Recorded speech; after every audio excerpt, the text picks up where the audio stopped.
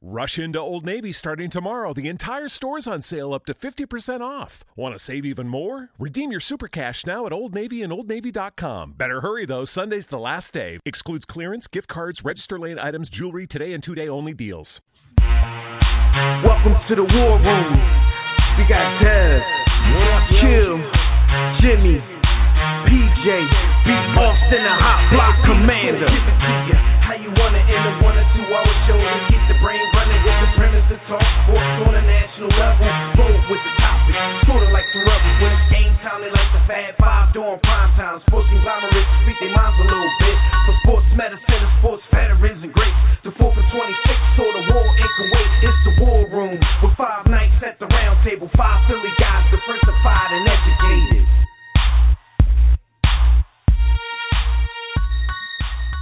Yes, sir. What's good, War Room family? You're once again live in the War Room, brought to you by War Room Sports on the War Room Sports Podcast Network. I'm your homie, Dev McMillan.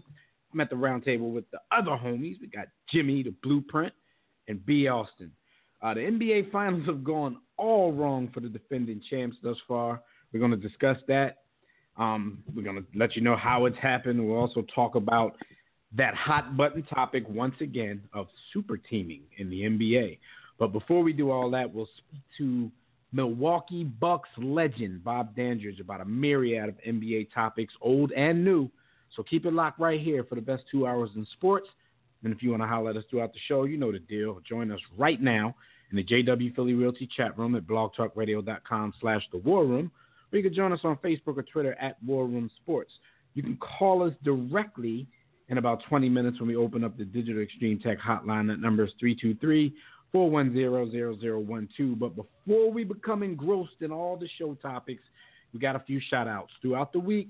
Make sure you check out the War Room Sports Podcast Network. Besides our own podcast, you can also listen to shows such as The Broad Street Line and The Broad Street Line Express with Roy and Chris, Tissue and the Tape Hip Hop Show with Phil Maddock and Savad, John Appetit with The Burtons, if you like to eat, No Look Past podcast for all you NBA heads with Frank and Andy, Bump and Run with Robin Vandenberg and crew if you like NASCAR, On the Couch with the Wilsons if you're a TV head, and a whole lot more. Just visit warroomsports.com, click on the WRS Podcast Network tab, go to our free mobile app and click the network tab there. What's good, my brothers? How's the week going for you guys?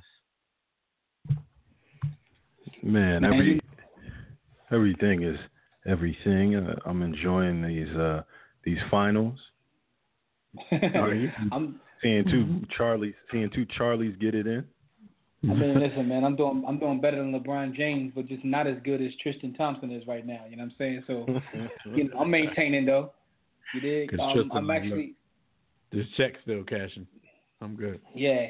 Here's the thing, though, right? The finals doesn't matter how it would have played out. The one thing that in 2017, which has changed, is like because of social media and technology, we get to like make jokes and laugh at the game. So regardless of who wins, we win. But I couldn't imagine not having that capability watching these entire playoffs. Because this playoffs has been real basura, as we like to say. Basura.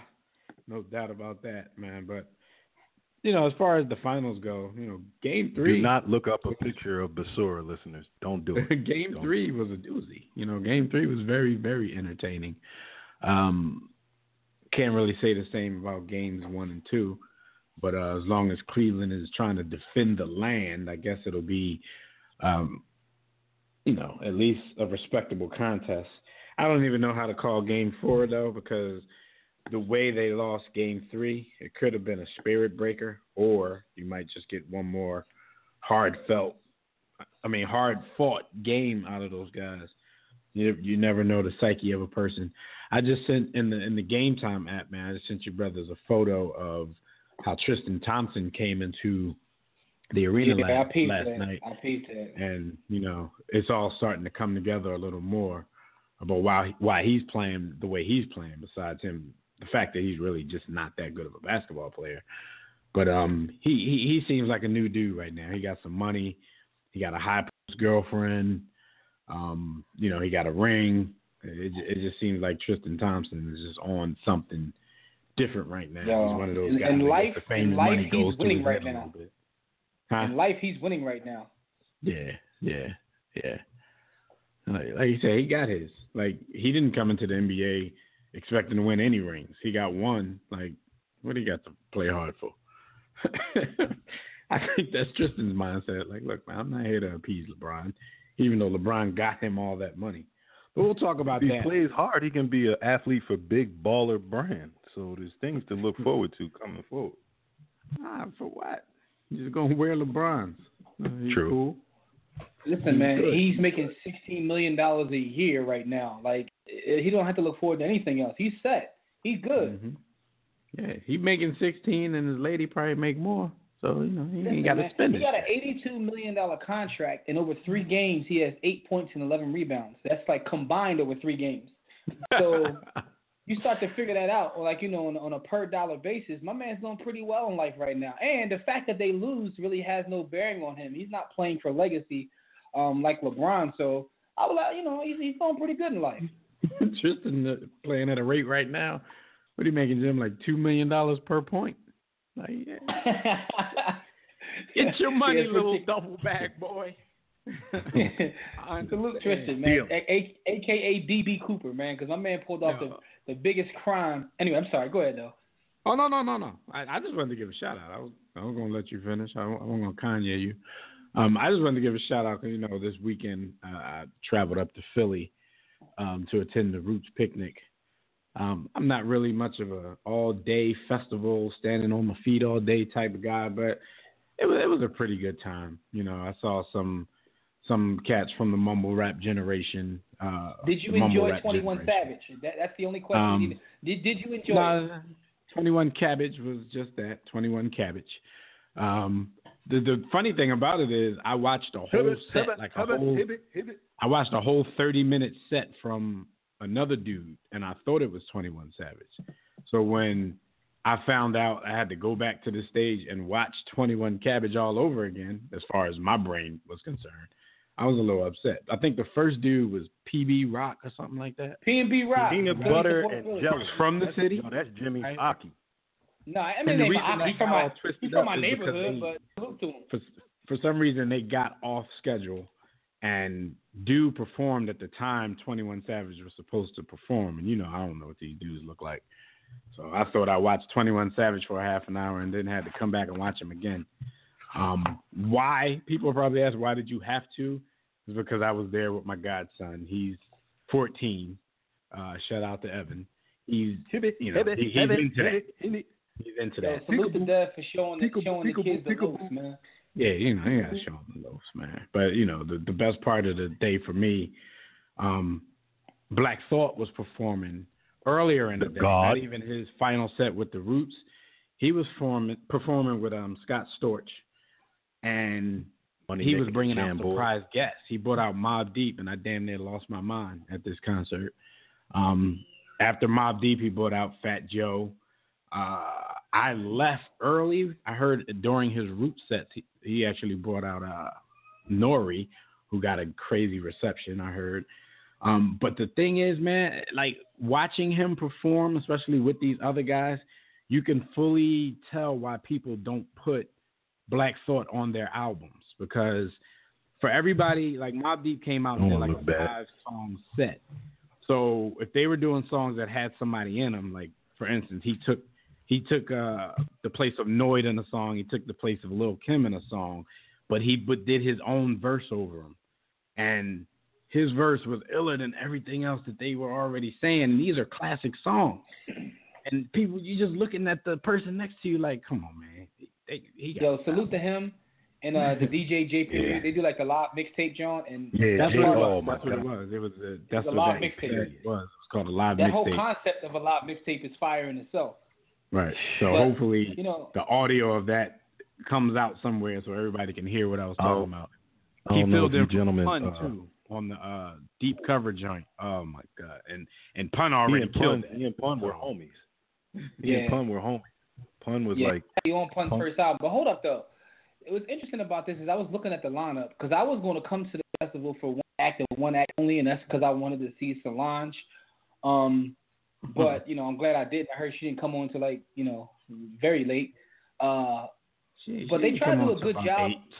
They try to do a good job of having somebody for everybody. But even with that being said, looking at this, I think I'm officially hit hashtag Get Off My Lawn Gang, because I'd rather go to an Essence Festival and listen to some neo soul at this point. You whack. I was trying to get Hall & Oates tickets a couple of weeks ago. I mean, I'm trying to go here. I'm trying to go hear some Tony. Yo, and to all of our young listeners, B. Austin is still cool. I still come hang with you unless it's 21 Savage singing peekaboo, peekaboo, peekaboo, peekaboo. Yeah, my last concert before this was Earth, Wind and Fire in Chicago and Baltimore. Yo, and the crazy part about it, Dev, is that's not even our generation. That's. I know. I'm my lawn has grown a lot. All right, but last show I went to see the Losers, and that's definitely not my generation. To you for getting a concert experience in, especially with Tariq Trotter. I've had that experience a few times, and he is everything that you say he is. And to our hip hop heads, the funny thing about Black Thought, if you listen closely, Black Thought has been taking shots, just random shots for years. And nobody get anybody to bite. Nobody will battle, dude. They'd be like, nah. It's like Mike Tyson walking down the street. Even if you think you're tough, you cross the street and you just don't even worry about, he got It's funny how to this day Mike Tyson is like the name when you want to name check somebody tough or somebody scary. There's nobody since then who's had that place. All in movies acting womanly now. Everybody's still afraid of him. Yeah, and it's he's still the name people throw out. You wouldn't say that. I use it because I got a personal experience. He bitched me and he didn't even know it. Dog, I've been in a room with Mike and it's kind of intimidating. But anyway, let's move on. Yeah, we got a special guest coming on in a few minutes, so let's move on to what we need to talk about before our guest comes on. So Jimmy's gonna let you guys know what happened this week while y'all were on that grind. Absolutely.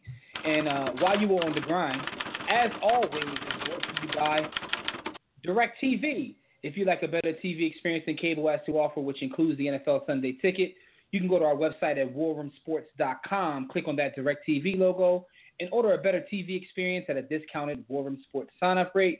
If you call yourself a sports fan, you got to have DirecTV. Football season's coming up soon. So make sure you get DirecTV to watch that Sunday Ticket. Let's just move on and talk about some of these topics that happened while you were on the grind this past week. The first is involving NBA champion, just to piss B. Austin off, Derek Fisher, who crashed his car while driving under the influence. Glad to hear that he's still with us because it looked like he mangled that car pretty bad. Yo, the crazy part about that whole accident is that he or Gloria Govan, neither one of them were injured in the car accident. I heard some rumors about what may have been going on when they crashed. So that could be a part of it because, a lot of times her head hit the wheel. You know something's happening and you brace yourself and you tense your body up. I hear when you're nice and loose, a lot of times you don't get hurt. But that's besides the point. Man. Dude he got a DUI and he flipped the car. And he flipped the car. And then the latest reports come out and say that the car was actually registered to his arch enemy, Matt Barnes. It was a 2015 Cadillac Escalade that he brought for, quote unquote, the kids. So he gave it to Gloria for the kids. She has her dude driving it. Not only does she have her dude driving it, it's a dude that he used to play with that he drove 90 miles to confront, but he's driving it drunk. And on top of that, the rumors of what I just said that, something may have been going on. And, this remind me a little of Super Ugly. He might have did a little something on your baby seat. But this is an unfortunate situation, man. But it's grown folks. B.I. is, shout out to all those who have baby mothers. Rolled in the triage. They have baby mothers who move on. I'm not in that situation, but I know plenty of people who have been in that situation. And, that's just crazy because Matt Barnes doesn't seem to have it all. But he's just preoccupied right now being in the NBA Finals. If you want to say that, because is he? I mean, he is in the NBA Finals because Steve Kerr seems to give everybody time these days. Like he give everybody a run, but they had 25 Savage in the game last night. It's kind of funny. I don't want to respect anything about Derek Fisher, but it is kind of funny that he has no fear and is willing to still like do these things. Like he's going to mess around and drive Matt Barnes to Aaron Hernandez state. Whoa, Doc. He gonna get OJ. Like, seriously, we could be. They keep pressing this man's buttons. I mean, because he already tries in every way to show how tough he is. Like, you never know what's going to end up happening. Listen, man, if they Matt keep Barnes, leave it alone, man. Like, Matt Barnes, leave it alone. It's not worth it. Right. Derek Fisher, he got to have a little bit of coin left. Like, come on, drive your own car, B. Don't drive a car that's registered to the dude because it seems like you're just poking at him, you know? Now, be Austin. Now, Dev's saying all this. Dev, have you ever driven a car on a woman that you have been involved with in any sort of way that was paid for by another dude? Yo, as your advisor, I would not to answer that question. Yeah, I mean, I don't check the registration. I'm just saying, man. He's done it. Saying. You've done it. I wonder if Fisher knew though. They may have asked him. Well, he was mangled in the accident, so maybe they didn't ask him for his license and registration. But he might have pulled it out and like, oh snap, saw dude's name on it, knowing this was going to go public. Yo, and Derek Fisher, by the way, we're talking about Derek Fisher of the Los Angeles Lakers dynasty. Speaking of that dynasty, Robert Horry is also in the news because Robert Horry casually said this. He said that Hakeem Olajuwon is 20 times better than Tim Duncan. And shout out to Savad, because Savad didn't like this. Of course he didn't, you know. But 20 times better. And it wasn't the fact that he just said 20 times better. He said it casually, like it wasn't a big deal to say that, and kept moving the conversation. Right. Yeah. That's the most interesting part to me, Jim. Like it's crazy to say anybody in the history of the league was 20 times better than Tim Duncan. I agree that Olajuwon is better than Tim Duncan, but the most interesting fact in that whole thing is he just said in conversation like no one was going to notice it, and you know he just said it smooth, kept talking until Steven Jackson pressed him, you know, to revisit that and actually talk about it. But he was just going to say it and not even think twice about it. And you know what's crazy, right? Because Tim Duncan, by many people, is considered to be the greatest power forward to ever play. And I can't wait to get our guest on in a couple minutes because I like to ask him in terms of his all-time top five. But in asking that question, it's funny because I guess it all depends upon your generation and who you watch play. But if I were him, I'd be like Bobby, and Bobby. So what's interesting is like we grew up, so we've seen Hakeem play, we've seen his career, we saw Duncan play, and of course we have Barkley. Some of us still think Barkley's better than Duncan, although I don't even know how you can argue it at this point. But interestingly enough, I was watching Dr. J speak, and he was talking about his five or whatever, and they were asking about Tim Duncan, and he was just like, nope. He said nope. He basically gave his five, and they were all five guys from his generation. He was like, it doesn't matter who does anything at this point. These are my five. What are you saying? B, you're chopping up, man. B. I can't hear what you're saying either. Was I choppy, Dev? Because I couldn't hear B. Austin. Was I choppy? Yeah, you were a little bit. I think he was trying to tell you about yours. That I was choppy, but he was choppy. No, my point is, to say that anybody's 20 times better is kind of crazy. Right. I think all of us would take Hakeem over Tim Duncan if we're put in a situation to pick one or the other player. But how casually he said it made that kind of interesting to me. Right. And the fact that he played with them both.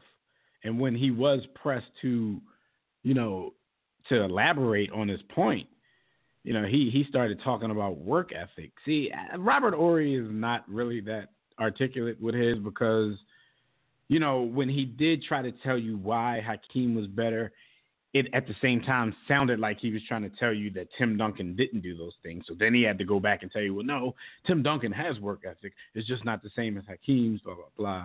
He just didn't do a very good job of explaining it, but I don't know if he was interested in explaining it. I think he said what he said, and that was pretty meant. So he played I'm wondering off the ball. if he and Tim Duncan went that. through anything while they were, playing together. He played with Duncan, Hakeem, and Shaq. Like, when you think about that, that's crazy. Like, so he played off the ball with some of the best big men in our generation. Well, that explains why he has 7 rings. He didn't. I guess didn't so. do much. I mean, I think his biggest contribution really. I mean, he got the big shot Bob Mocker when he played with the Lakers, but I think his biggest contributions came in the Houston run when he was just a rookie and a second-year player. He was really good for that team. Yeah, he was. I remember watching him in college when he played for Bama. He was nice. Thought he was going to be along the lines of like another Scottie Pippen. I knew you were going there. A whole other. Yeah, he just did something different. He just started behind the 3-point line as he got older and just shots when called upon to hit a shot. So shout out to him. Crazy. But, he's what's crazy is judging his big men against each other as if he was the catalyst to championships or something. He has 7 rings in that generation without playing for the Bulls. That's what's crazy. Yeah, he was the original chip chaser. Was he? I don't know if he was chasing chips. I mean, because he played his part. But anyway, let's move on. That's enough talking about Robert Horry, because the story really wasn't about Robert Horry. It was about how casually he said someone was 20 times better than Tim Duncan. But anyway, Paul George, that's Dev's favorite player in the league, Paul George, is reportedly expecting a second child with Daniela Rodgick, who he tried to pay not to have the first child, and he kind of went back to the well and said, let's do it again. Dev, this your guy. What's up? I don't know. I mean, the first time he was in this situation, I didn't think Paul George was too bright. And then it actually got public that he tried to pay her off. I don't know, man. People mend fences. Maybe he felt like, keeping the faith was the best thing to do. Maybe this girl now. He didn't put a ring on it, so I'm not 100% sure about that. But I just would like to think he's smarter than getting mistakenly caught up with the same woman twice. So I'm like, he had to do this on purpose. Like, how does this happen twice? Like, you tried to pay her $1 million not to have the first baby. And now reportedly, allegedly, she's pregnant with a second one. So I don't know what Paul is thinking. His name is in the news a lot.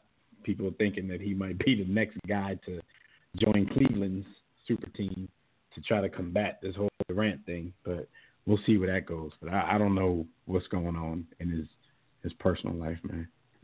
Do you think that could actually work with him going to Cleveland? I guess he would play, the 2? He could, because he's done it. He's done it before. To those years when they were going against LeBron in the Heat in the playoffs, and they still had Danny Granger on the team. He played a lot of shooting guard. Yeah, I think offensively it's a formidable team. But Cleveland will have a lot of guys, a lot of stars on their team that are differential stars. Guys that like to pass off and make their teammates happy. Kyrie ain't got that problem. Except for Kyrie. Support Kyrie. That would be an interesting move. I think that the young man is a noodle. Who knows what's going on between he and his baby mama. Don't go and join LeBron though. If you're listening, don't do that. Hey, listen, man. Shout out to Leroy McConnell, who's in our group chat, who says that at least he did one smart thing, which is have his kids by the same woman. So, instead of having them all over the place. But anyway, that's either here nor there, man. Let's just move on. Maybe he just decided family first. I just want to say one thing, man. This is a new generation of a basketball player as well as young man. So KD and LeBron, have created songs together. We've heard LeBron rap before. Roll with us, 'cause we got it.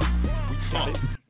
And we didn't want to hear it then, and we don't want to hear it now. So I just wanted to put that out there, man. It's time for us to move on because we got to get our guest to come on. This is an interview that I'm dying to get into. And this interview is actually brought to you by Audible. If your schedule is too hectic to read as much as you want, try audiobooks and kick back and let someone else do the reading for you. all you have to do is visit Audible. And you can do that by going to audibletrial.com/warroomsports. Salute to Phil Maddock, because I know he hit us up earlier asking us about our Audible code, but, it's been a hectic day today for us, so we never got back to him. But I'm glad you got a code, homie. But audibletrial.com/warroomsports, and you can get yourself an audio book on us. A lot of amazing sports books. Speaking of NBA history, there's a lot of books written about NBA history. Bill Russell. I always talk about this. Bill Russell, Wilt Chamberlain, Julius Erving. And the crazy thing about a lot of these books is the guy we're bringing on is mentioned in a lot of books. So for the Audible Trial, where would you rank that that epic George Karl work? The George Karl book. George Karl's book was okay, but I was like, all the juice and all that he pretty much gave us before it came out. But what I like about George Karl's book and a lot of other books of former players is like, kind of like the in the trenches war stories and what was going on in their head and all that. So I actually enjoyed that more than his slander of all the guys that kind of put him in the press for talking about what's going on. So George Karl's book wasn't bad, but like I said, Bill Russell's book, Wilt Chamberlain's book, Dr. J's book are all available from Audible. And somebody like me who loves the history of basketball, I enjoy going to Audible and look for those old books. So audibletrial.com/warroomsports, and you can get yourself a free audio book. Dev, you can take it away from here, homie. All right, well, I know you've been reading a book lately that actually makes mention and has some quotes from our guests that we're about to bring onto the line.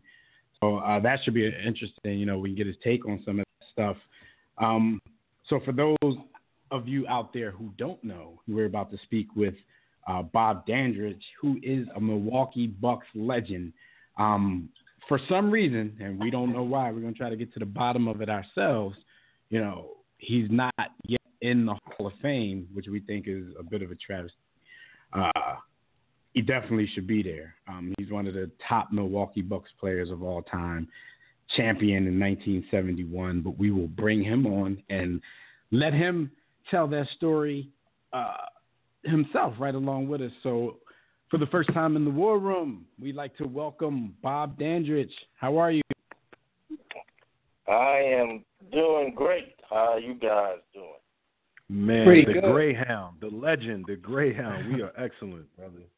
Man, Right, seem like y'all are having a lot of fun with this sports show. Absolutely, Man, we that's do why have we do fun. it. That's what we Mr. try to do. Dandridge. That's why we do it. Yeah, we got got to keep it light. Sometimes, the NBA finals are going on, and they're not as epic as everyone thought they were going to be. So I don't know. It gets difficult sometimes. Yeah, so, this is I think nobody really was expecting this type of outcome. Right.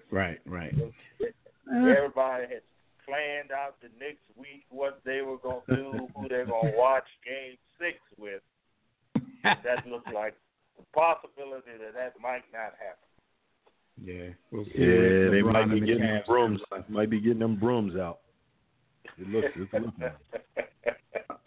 All right. Well, again, we want to thank you for coming on the air with us for a little while to talk about some of these basketball topics. First thing we want to do, we want to congratulate you. I know this happened, about 2 years ago, but it's fairly recent. It's the first time we're talking to you, so we want to congratulate you on your jersey retirement in Milwaukee. How did that feel to see your jersey go up into the rafters after all of these years? I mean, I was pretty cool with it until, you actually see them raising your jerseys up with a couple of your former teammates. That's when I really felt the emotion, and I think I've known Oscar Robertson for 30 plus years, but when he called me his friend, that's what really broke me up. Right. And then everybody in the arena had these flashing lights, and they gave everybody a lapel pin with the number 10 on it, and it was. I know the big part of it was that my wife, kids, grandson, and my closest relatives were able to come and be a part of it. And sometimes when we as athletes get awards, our kids are too young to really understand, but right. The blessing behind this whole thing was that, most of my kids, my kids are adults, so everybody understood the full magnitude of the honor, and that's where I'm forever grateful. Yeah, that has to be an amazing feeling. And Mr. Dandridge, I'm a fan of yours, although you played before my time, just because I love the history of the game more so than anything else. And Okay. one of the questions I have for you is, all of us grew up in the inner city, so we've all heard the Pee Wee Kirkland stories, and we know how everything ended up. But we know that you also played with him at Norfolk State. So, and the question is, how good was he in basketball, and could he have been a pro? Or, no, the real question, Mr. Dandridge, was what were those practice battles like? That's what we really want. I mean, fortunately, we played opposite positions, so I didn't have to worry about guarding him. But the first part is that he definitely could have played in the NBA with skills that he had. Most impressive about him was that he was, without a doubt, the best conditioned athlete on our team, irregardless of what his street reputation was. But really, he probably would have been the sixth man that year if the starting point guard had not broken his arm. There was a guy that was playing in front of him at the point guard position, and that guy broke his arm about 3 weeks before the start of the season. And he and Pee Wee had been battling all year, but because of the coach's philosophy of playing seniors, Pee Wee might have been the sixth man that year if it wasn't for the guy breaking his arm. Wow, that's interesting. Never heard that story. I didn't know that. Everybody saw the scenes in amazement, but because of Pee Wee being in the starting lineup, we averaged about 110 points a game at Norfolk State for about the first part of the season. At least 3/4 of the season, we averaged 110 points a game. We were featured in Sports Illustrated that year. And Pee Wee Kirkland directed the offense. He was great on the fast break, giving the ball up to the guy in front. And my best Pee Wee Kirkland story is Norfolk State played North Carolina A&T in a triple overtime in the CIAA tournament. Most of the starters had fouled out at least by the second overtime, and I fouled out in the second overtime going to the bench, and my thoughts were, if we win this game, I'm going to be the MVP of the tournament. Well, in a 5-minute overtime, Pee Wee must have scored about 14 or 15 points, so he snatched the MVP award away from me in a matter of 5 minutes. Wow. He was just a great basketball player, but also, he was a great person. He was well respected. You hear the street stories, but to ascend past those, he was just a great person. I think one of his best statements was that he spoke at my college coach's funeral, and interesting enough, he was speaking, and he said the one thing that he had gotten from Norfolk State and the staff there was a belief in God. Wow. And that was like a real mind-blowing thing.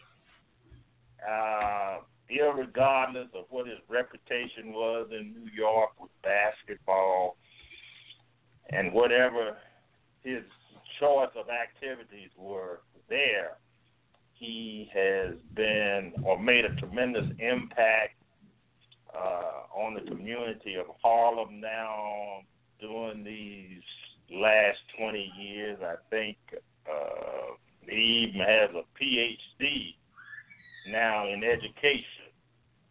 So, yeah, he does, I believe. Yeah. Yeah. So I mean, these are the real stories about Pee Wee Kirkland that I've had.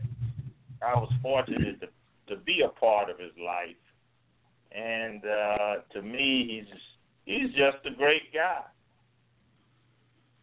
All right, so we know that you were drafted in the fourth round in the 1969 draft, same as same draft as your teammate, then Lou Alcindor. And a year later, I guess you guys weren't playing any games because just 1 year into your young careers, 1971, you guys won the championship. How was that season? First of all, how was it playing with two other legends in Kareem Abdul-Jabbar and Oscar Robertson? But how was that whole season leading up to the championship against the Bullets? It was a fun season. It was a very challenging season for me, and it was challenging even my rookie year coming from Norfolk State, being a fourth-round draft choice, and having to prove that I belonged there. Playing with the Big O and Kareem was a lot of fun because I knew I didn't have to take the pressure shot in close games, but it also allowed me the freedom to play my game, to run the fast break, to play good defense. But playing with these two guys, I had a rare opportunity to see how superstars or how guys could control a game. Kareem and the Big O sort of alternated on who would carry the team going down the stretch the last 3 or 4 minutes if we were behind or if the game was close. So I really contributed my playing with them as allowing me time for my game to sort of fall in place. But from playing at Norfolk State, like I said, we averaged 110 points my senior year. So the pro game, I had almost been primed for that because it was a running game. It was a man-to-man defensive scheme in the NBA. We were fortunate to have a guy like Larry Costello who I think practiced us on days when other teams were resting. He practiced us. And ironically, about a month ago, Kareem and I were together, and I guess through maturity, we realized a guy that we thought was not a great coach, we were able to admit 40 years later that he was good for us at that particular time, as we all do. At young ages, we think this is the worst person in the world, but as we mature, it takes time. Maturity. It takes time. Milwaukee was just a great spot. We had Lucius Allen, we had John McLaughlin, the Big O. We didn't have that great foursome that seems to be applicable to teams that are winning now. Back during that day, you could have 3 stars, 2 role players, and pretty much be a championship contender. Right. So playing with the Big O and Kareem sort of gave me the foundation so that when I went to Washington, I could do my thing in Washington and be the lead guy with Fulton. Right, because you also won a championship with them in '78, right? Yep, 78. Right. Okay. Yeah, 78. We now back to the first one though in '71, because like Jimmy told you, we like to do our history on things, and Oscar Robertson and Kareem Abdul-Jabbar are the names that just the casual fans are going to know. But, some facts about that, and I know you already know this because you lived it, but in that playoff run, you were actually the second leading scorer, averaging about 19 points and almost 10 rebounds a game, with Oscar averaging about 18 and 9 assists. But I don't think anybody out there would know that. I mean, I know in the larger scheme of things, it was because Oscar was later in his career and Kareem was there, and it was supposed to be their team. But when we talk about stars versus role players, like I think looking at how everything went down, we would have to classify you as the third star on that team. The star, absolutely. Yeah, 19 a game. 19.2 in the playoff run is nothing to sneeze at. Without a doubt. I mean, I knew within myself that the Bucks weren't going to go, but so far, because I had games in the playoffs that I may have been the leading scorer. That right. might have been every sixth game or something like that. But I was sort of, a little bit modest, and back in the day, it wasn't chic to boast about yourself. Gotcha. Yeah, right. I mean, you were somewhat humble. You took the accolades that came at you, but that was the thing that made me a consistent player and wanting to do well, because I've always and I thought about how to be a star when you were originally designated as the third option. Mm-hmm. Because in Milwaukee, everybody talked about Kareem, the Big O, surely they were the stars. But when you look at the final statistics, I'm ending up second in rebounding, second in scoring, probably playoff average goes up as versus the regular season. So, you could not during that time, and I still don't shoot my own home. But what's interesting though, a couple things. If you score 19 points a game in 2017, they're gonna give you a $100 million contract. Also, what's interesting Jimmy, is if you just get like 6 rebounds a game, they're gonna give you a $100 million contract. 19 and 6 is $100 million. Yeah, but what's interesting is like and I've read Oscar's book, and in his book, I mean he had all kinds of great things to say about you. One of the things he said kind of was like that team went as you went. When you were on, you guys were almost unbeatable. Yeah. I mean, and to then defensively, I always, and I tease Oscar sometimes if somebody was, if one of the guards were having trouble defensively, or the Big O went out to take a rest, then I'd have to go from the small forward to a guard position to pick up Frazier, Jerry West, JoJo White. So I guarded defensively a multiple of excellent offensive players, but it was always a challenge.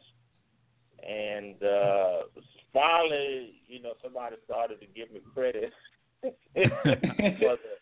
for the work that I did. I think fans who are like basketball heads, I think they know, because I actually mentioned to my father-in-law yesterday that we were going to have you on today, and he was excited. He started calling me by your nickname. He told me about the kind of defense you played and all of that. So yeah, I think same here. the fans, When I talked to my uncles, they they all knew who you were. Everybody knew who. I mean, so the generation before us, they have a lot of respect for you. And it's amazing when you hear some of the guys you played with and against. You just mentioned like Jerry West in passing, and all these guys that you played with, Wes Unseld, and these guys in our eyes are legends. Yeah. But I have a question for you. Because you played with a lot of great players, but when you were coming up as a youngster playing basketball, who was your idol? Who did you look to and say, I want to be like him? As you were coming up playing basketball. There were two guys. There was a guy named Bob Pettit that played for the St. Louis Hawks, and he was about 6'7" or 6'8", and shot a soft jump shot from the corner. And when I was on the playground, shooting from the corners were always my favorite spot. So it was a guy like Bob Pettit, and then the other guy that I really idolized was Satch Sanders. With the Celtics, because he did a lot of the dirty work. He played defense. He was long, and I was long and skinny growing up. And then there was a guy that played out in Utah. He didn't play long, a guy named Billy the Hill McGill. And he averaged about 33 points a game out at the University of Utah. And this was back during the mid-'60s. And he shot a jump hook. And so I learned to so maybe, those were the guys I grew up on. Hal Greer. Hal Greer. You know Hal Greer. We're from Philadelphia. Yeah, we're very familiar with Hal Greer's work. Yeah. In fact, my senior year at Maggie Walker High School, I was sort of mischievous in class, and I had an English teacher the first day of school that said, well, Bob, if you behave yourself for 3 days, I got a surprise for you. So I said, okay, I won't disrupt the class for 3 days. And that evening, she told me, she said, well, bring your tennis shoes to school tomorrow and some shorts. And ironically, who walked in the classroom that day but Hal Greer? Wow. And nobody else in the classroom knew him but me, and I had a chance to work out with him that day because he worked out in my high school gym. And he said, well, I'm going to take 100 shots, and I want you to pass the ball back to me. And that day sort of set the tone for where I learned if you ever want to play professional basketball, you got to be able to shoot somewhere near this guy. And that particular day, he made 98 out of 100 jump shots. And wow.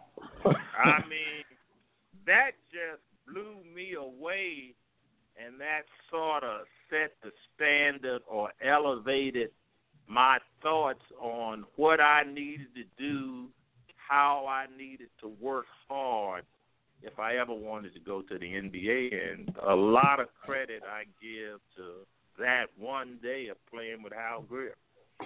Wow. Only people that my teachers ever brought to the class for me was the principal.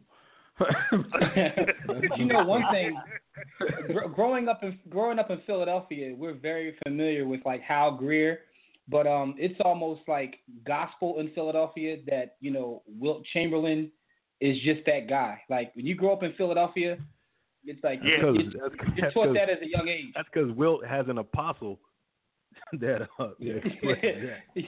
like you're taught at a young age in Philadelphia schools that Wilt Chamberlain is, the god of basketball. And you watched him play. Just how good was Wilt?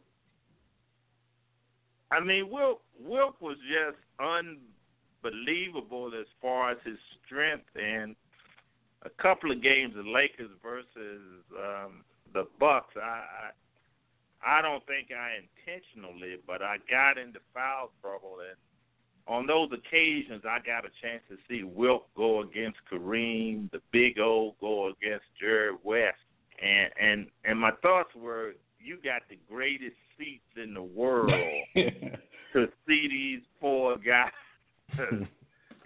go at each other. And usually Kareem would have a great first half, but then somebody must have said something to Wilt, and Wilt would come out the second half and just about dominate Kareem.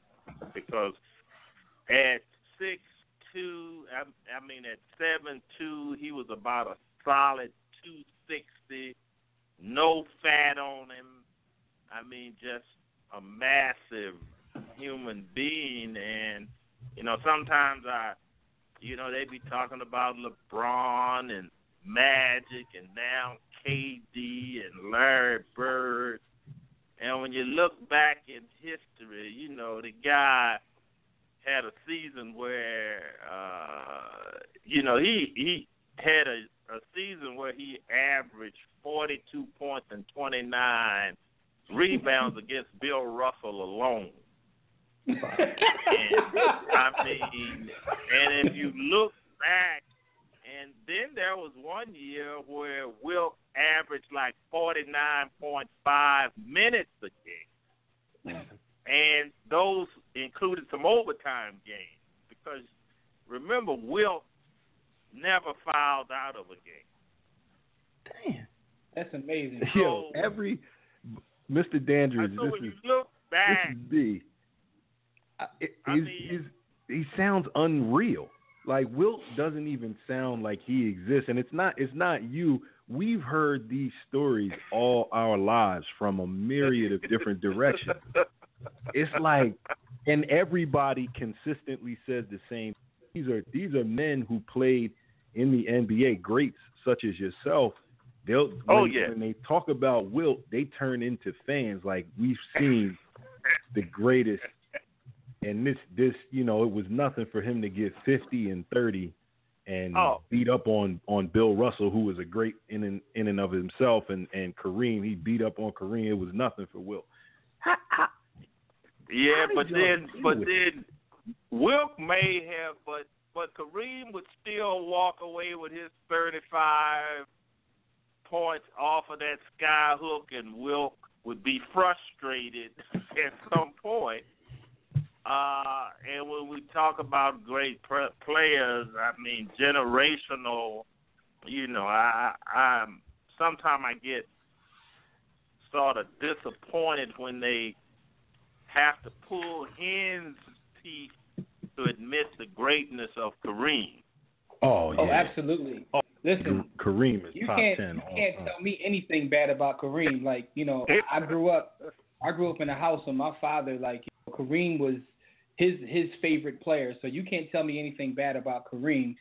And you actually played with Kareem when he was a young player. I know all of us watched him towards the end of his career when he still was putting up 20 a game, but he was almost 40 years old. Yeah, so he put up 20 and 40 with them goggles. People forget how good he was as a younger player. How good was he coming in the league? Kareem came in the league. And I've seen guys, and the guys that Kareem played against, he played against Wilt, he played against Walt Bellamy, he played against Nate Thurman, Willis Reed. I'm talking about he played against some guys. I'm talking about all these guys that he played against were in the top 50 guys that have ever played the game. And he played every night, and I saw him some nights where opponents wouldn't want to come out there and face him the second half because he done shot the sky hook all night on. Mr. Dandridge, in meeting you has been a privilege and a pleasure, and I have to say that your humility is what stands out the most. And at this point, players that we have to talk about who we feel is a Hall of Famer, and that's you. So, throughout your career, 2-time NBA champion, 4-time NBA All-Star, All NBA second team, All defensive first team, all rookie first team and retired jersey, 18 points a game, 7 rebounds, and 3.4 assists. The elephant in the room, why is Bob Dandridge not in the Hall of Fame? And you know that's a tough one for me. I will gladly kick Joe Dumars out for you if you need me to go do that. I don't got a problem. I don't got a problem. It's a couple guys that gotta go. They in there. They don't deserve to be in there over Mr. Dandridge, man. And you know the league is and has always been full of talent.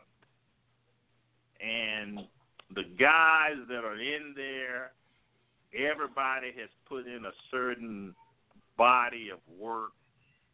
But, you know, they haven't contributed any more than what I have to the game itself. And Amen. You know, sometimes that you haven't maybe I haven't done the politicking that it takes. So, you know. So yeah, some of those guys are in there because they smiled. They smiled and they brushed their teeth and made sure they smiled quite a bit. And I guess for some reason I haven't done the politicking that sometimes is required, because I think that, you know, the stuff I did should stand on its merit. Right. And I not be punished because I played with Kareem and the O and Elvin and West. I basically carried the team in Washington when we won the championship. And everywhere I've played, I've played the game. I've achieved, and I've always been on a winning squad. So maybe at some point, you know, the acknowledgement will come. It took a while with the retirement of the jersey.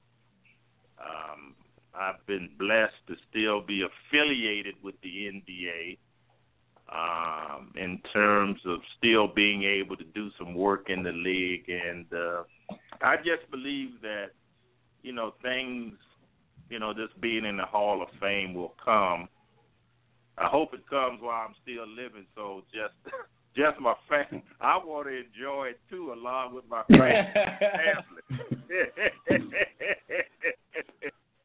But I'm hopeful that somebody will realize, hey, wait a minute, how do we leave Dandridge out of this thing? Yeah. Right, and we live in a time now where everybody gets crowned prematurely. Like, I, as recently as today, heard people referring to the Golden State Warriors as having 4 Hall of Famers. And I'm baffled when I hear stuff like that. And then we have NBA greats who've already played out their career, and retired, and they're still waiting on their call to the Hall. Meanwhile, fans are calling people Hall of Famers who've been in the league for about. People are calling Draymond and Clay and Steph and KD Hall of Famers already. They didn't play out their career yet. But what I want to talk about real quick is the difference in era. We get into these arguments all the time about what era is the best or which player is the best, and it's often difficult to compare players over different eras because of rules differences. The players might be a little bit bigger and faster these days, but it seems like when we have these kind of conversations, whatever era you grew up watching seems to be the one that most people are, they kind of favor. But watching the game today and knowing how it was back when you played, like, what are some of the noticeable differences in the NBA, from then till now? I mean, the 3-pointer is just a small thing because we had a lot of mid-range shooters, but if they had been trained in today's era, they would also be 3-point shooters. Right. So the record books would be different, probably, if there was a line. The record books would be different because you could take a guy like John McLaughlin, JoJo White, Phil Chenier, where they were good long ball shooters. If they were coming up in today's world through AAU and all that, instead of being long ball shooters or mid-range shooters because of the era we're in, they'd have been good 3-point shooters. Right. Yeah, we know Phil Chenier definitely would have been. Phil Chenier, you had a couple of good shooters up in Philly. Who was it? Andrew Toney. Oh, yeah. The Boston Strangler. We the Boston nickname referred to him the Boston Strangler. But I just think the difference. I think the guys that were all-stars back during the 70s or 60s, they would also be all-stars and MVPs in the current league. I just think it's a matter of everybody coming along at a certain time. Surely the game has changed. I said that Derek Lewinsky sort of messed up the game for big men in this country because once he came into the league, now you got guys that are 6'10", 7-footers now. They don't want to play inside no more. They want to be right. 3-point shooters. So, Mr. Gander, do you know the most amazing thing? The most amazing thing about this conversation is your humility, because we've watched your highlights, we've looked at your stats, and I tell you what, if I put up numbers like you did, I don't know if it was possible for me to be as humble as you are, but that's an honorable thing. Mr. Dandridge, I brag about my 3-on-3 career and playground. I know I couldn't. If I had a team game in the NBA, I would have people carrying me around on a magic carpet. It's amazing. Yeah. Like, you might be the most humble professional player we've ever talked to. I mean, I've seen your highlight, the game winner against the Spurs. If I did that, I'd be bragging about that to this day. But, I just want to say it's very honorable how humble you are. But do you think that has possibly hurt you in terms of getting into the Hall, your humility? Probably so. But my life has been so blessed. Right. Having come from Richmond, gone to Norfolk State, 4th round draft choice, played on a championship team, 3 great kids, a loving wife. I'm in reasonably good health. I'm still doing some work in the NBA. I'm playing golf 2-3 days a week.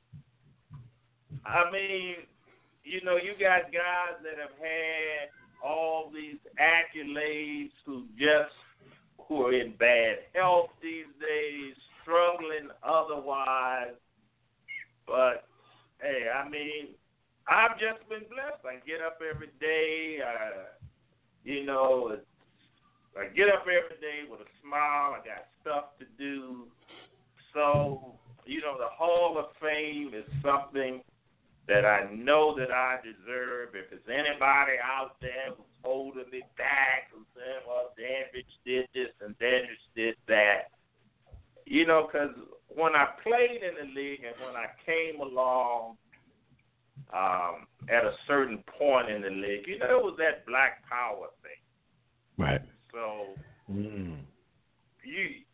I was like not a corporation guy. I went to work. I did my job.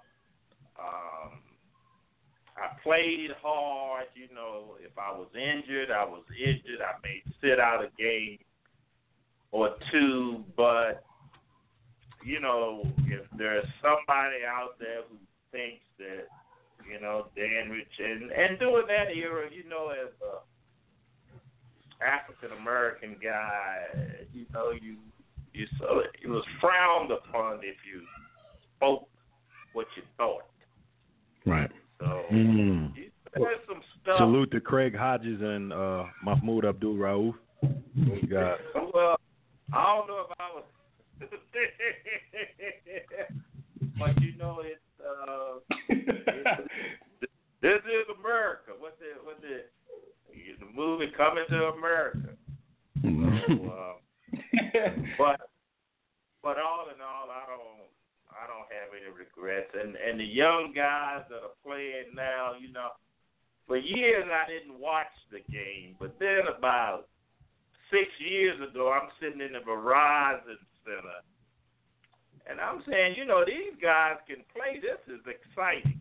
I began to appreciate the three-pointer, and with the three-pointer, I know that a team can be up by 10, or like the game last night with Cleveland, the three-pointers that Durant hit, that was it. Yeah.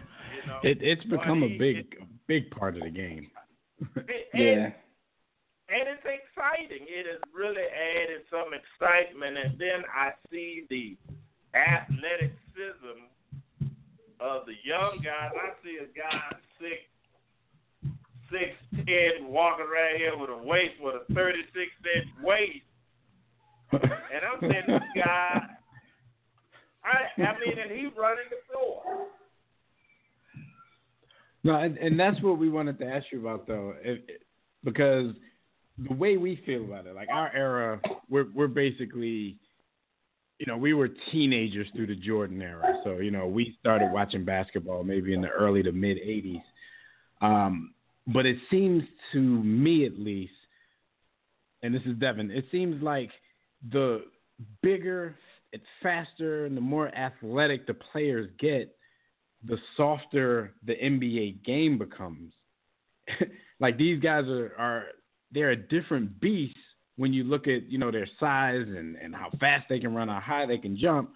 But it seems like the rules just keep catering to a softer game. So you named a few people that you think would be all-stars in today's game. Do you see any guys today that you think could thrive back when you played the game? Well, I think, whoever the starting, the all-star team, just about all those guys could have played back in their era. I mean, John Wall would probably be the same as Nate Archibald was. I mean, people have forgotten Nate Archibald, but Nate Archibald had that type of speed.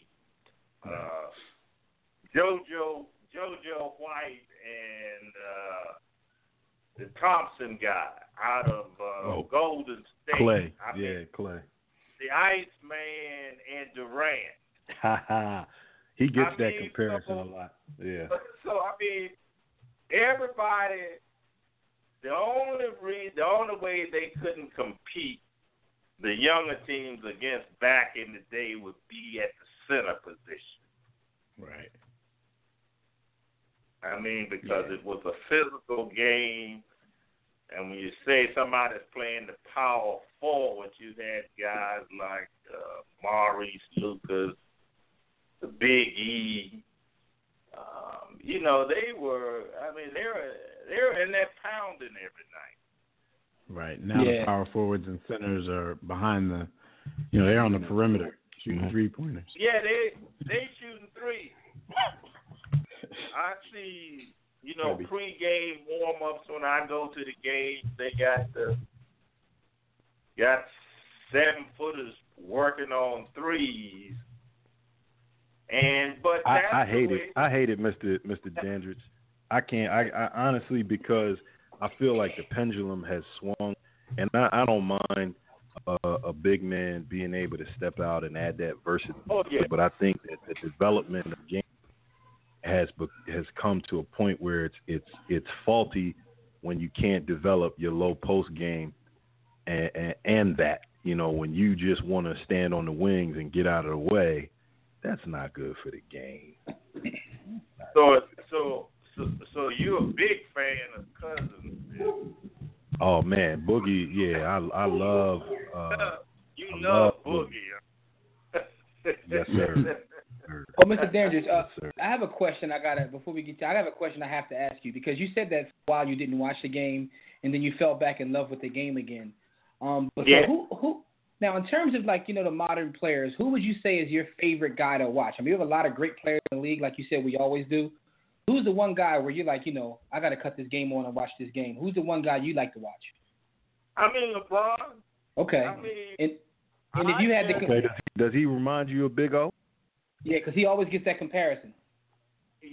Yeah, but it took me a while to recognize Kobe. I think Kobe is like a unique guy. Okay. In terms of with the intensity and the love of the game that Kobe has. I think that very few players, even LeBron, doesn't play with that type of passion and just gutness for the game as Kobe. Mm-hmm. Okay. I agree. Kawhi Leonard, I enjoy watching him play because he reminds me of some of the things I used to do, play the total game for sheer entertainment. I like to see Wall and Beal on target. I mean, okay. I like the Greek Freak, but Chris Paul, I think, is just an exceptional, tough guy for his size. Man. I like Chris Paul. So I'm in tune with the modern day game. If I'm in Milwaukee, I may go to a Milwaukee practice. When I'm in Washington, I'll go in the locker room or something like that. So as I have, matured and I've allowed myself to enjoy a game that's really been good to me. And one thing that I always remember is Isaiah Thomas said about 10 years ago, when you bury him, he wanted to be buried with a basketball in his coffin. And I think that speaks volumes for us as NBA guys who dedicated our lives, and so much of what we do now is still focused on basketball. Yeah, right. That's an amazing quote right there. That's an amazing quote. So before we get you out of here, any predictions about the NBA Finals? We know, Golden State's up 3-0. You see anything miraculous happening, or is it pretty much a done deal? I mean, I would love to. I don't. If it does, I just don't see Cleveland getting back in this thing because Golden State just has too many weapons, and right. Golden State players know the game of basketball. They're not gonna make mental mistakes. I think that's what's hurting Cleveland right now. Just the mental mistakes. So, hey, I mean, I've been a Cleveland fan. I've talked trash about Cleveland winning. I've had to call some of my friends up and apologize and act like I'm happy that Golden State is winning. I'm trying to call them and give them their due before they call me and tease me, but it would be the greatest feat in history if Cleveland came back from this. And I just think Golden State is too hungry, and this would be just an ultimate for KD. And I just think Game 4, he just going to have a hell of a game. Right. Right.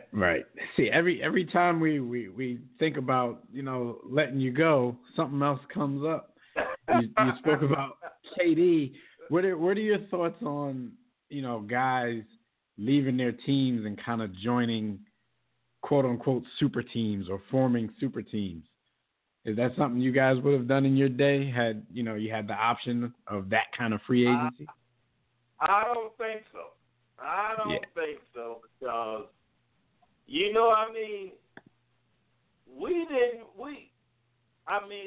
the heat of competition was so thick that during the off season when the Players Association went on trip,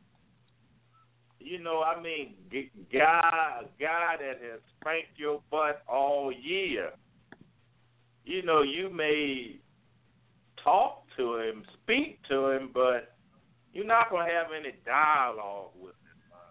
Right. And so you're definitely not going to be talking to him about joining up in a certain city and stuff like that. No. That wouldn't even be a thought. Yeah. And when KD made that move, I had to remember the generation that we're playing in. Exactly. And it was good for him. He's gotten out of it exactly what he wanted, and it's almost like even in today's world where where kids start transferring in high school, and a kid gets declassified or right, so that he can move down a grade and play against younger kids so he can be the star. So today's world, that's just a part of the world we live in now. Right. And that's, I don't particularly care for it. I guess I'm an older soul because I just don't like it. I think it's something to it. Competition to me is the name of the game. Now people are saying, it's business. I understand that. As a man, I want people to do what's best for them, for their personal lives, for their business. But this is still sports, and you got to have some kind of competitive nature in you to want to beat guys instead of join guys. But hey, like you said, it's a new generation. Beat you. We can't explain it. Just like when we have our meeting of retired players, you can remember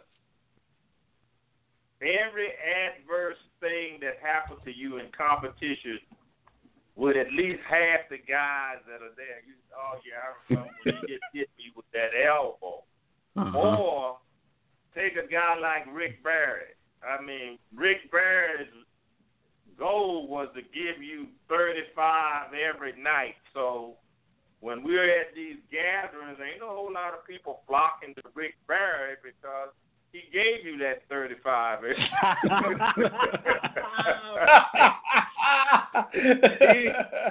So, it wasn't a thing of you my man and we okay.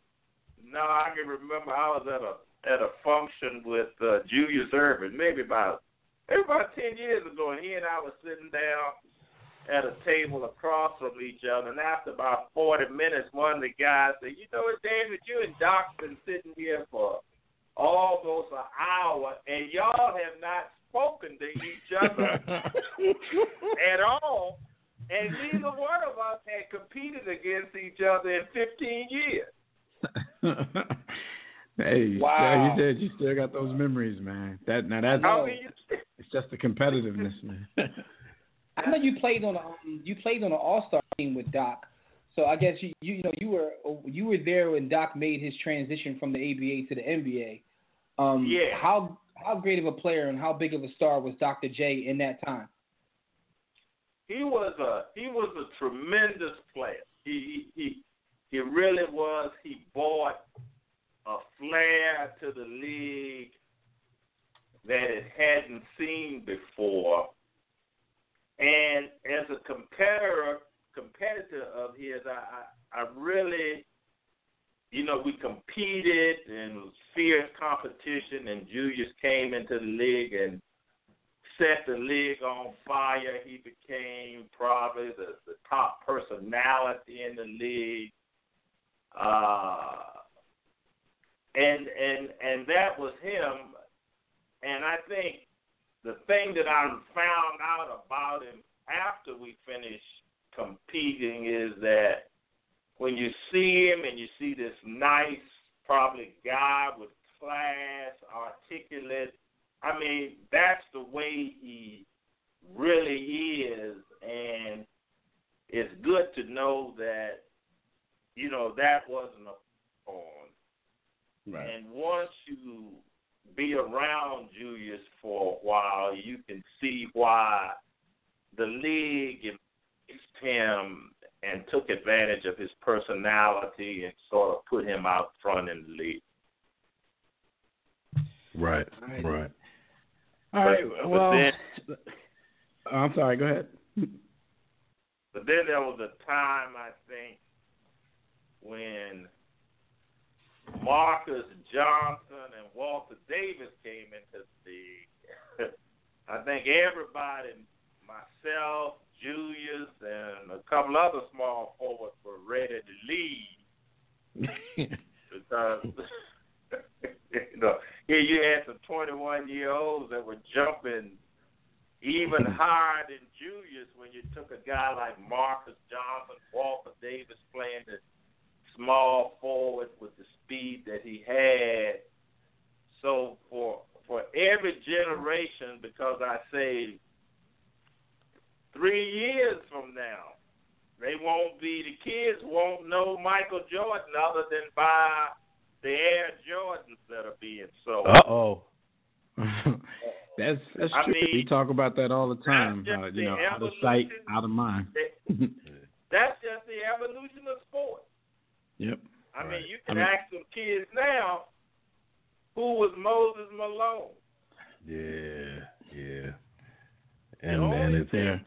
One of the things that keeps me alive is I went to elementary school in Southeast D.C., and they introduced me, and all the kids said, "Oh, you're on that K2 NBA."